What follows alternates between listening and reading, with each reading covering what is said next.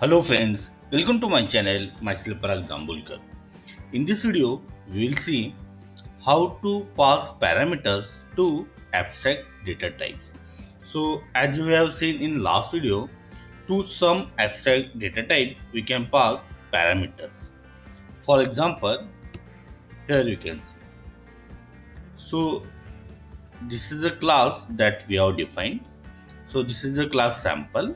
In this class, we have defined one variable x. Then here we have defined constructor and here we have defined some function, that is add. So nothing, no code we have written here, but just for example we have taken this. Now see, so this class is abstract data type, and for this abstract data type we have created one instance, one variable, one object. So this is a variable for this abstract data type sample. Now see, here we can pass parameter. So this is the parameter that we are passing.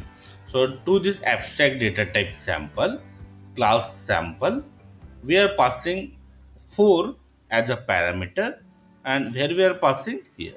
Here you can see, to this constructor we are passing that parameter, that value that we are passing it. So in this way we can pass parameters to abstract data type. So here we have seen example of class. Now question is, how can we generalize the types of parameter?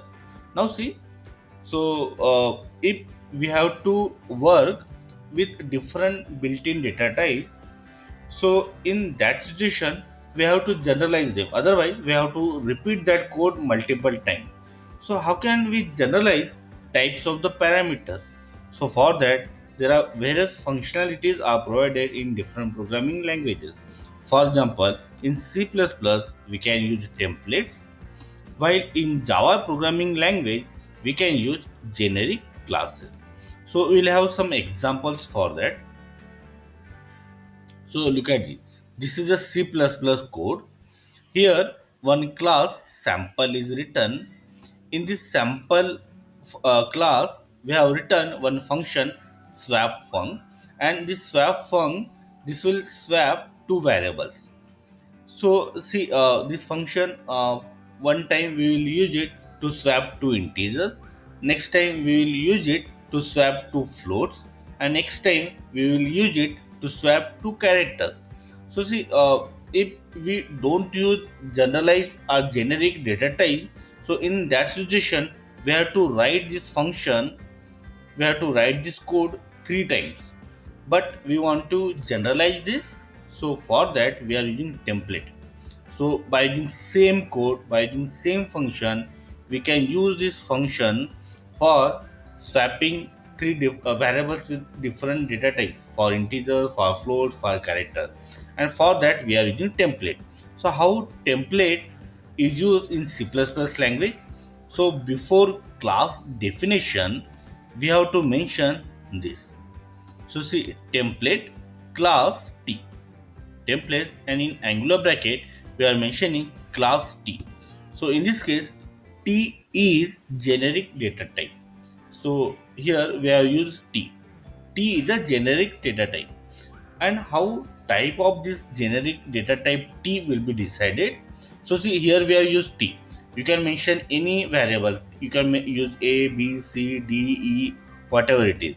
This we have taken that variable T. So what type of T and how it will be decided? So it will be decided while creating object of this class. Now see, while defining object of sample class, here in angular bracket we have mentioned int. That means now this T will be used for the T will be used as an integer. Then next time for S2 object, here in angular bracket we have mentioned float. So that means this T for S2 object, this T will be used as a float. Then while defining object S3 of this sample class, in angular bracket we have mentioned character, char. So here for S3 object T will be used as a character. So see, here you can see. when we are calling that function, so here we are passing ab are the integers. Next time, here we are passing c and d are floats. Third time, here we are passing e and f are the characters. So same function we are using for swapping variables of three different types. So we'll run this program.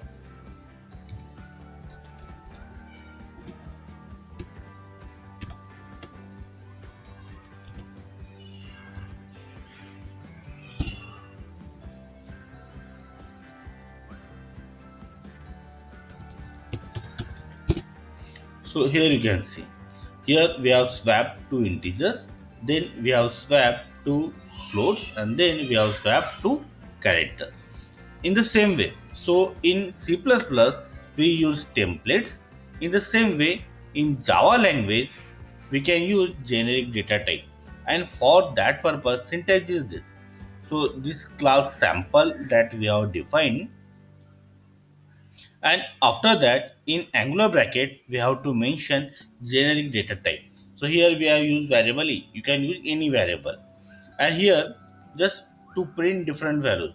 Now see, first time we will call it, so here we will use it to print integer, then we will use it to print double value, and next time we will use it to print string. So how the type of this e will be decided? In the same way how it is decided in C++ language, in the same way it will be decided in Java language. So while defining object of the sample class, in Angular bracket we are mentioning type of this generic data type. So here we have mentioned integer. Keep in mind, in Java language to define generic data type we need to use classes, not primitive data type. So here integer is a class, double is a class, string is a class. So that class name we have mentioned. So see, the type of E will be integer for object I. Here also we have mentioned that. So while defining object of this sample class, here we have mentioned integer. Here we have mentioned integer. Then while defining object D, here we have mentioned double. Here you can see double. And while defining object S of sample class, here we have mentioned string. So accordingly, this generic data type will be used. So this is very simple program. Here we are printing integer, double value and the string. So we'll run this.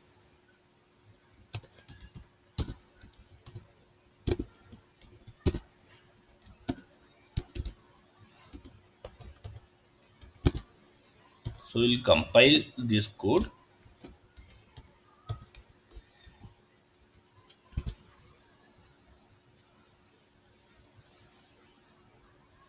Now we will run it. Okay, so same code. Here we are using it to print integer value, then next time double value, and next time string value. So this is how generic classes is implemented in Java language. So here we have seen we can pass the parameters to the abstract data type.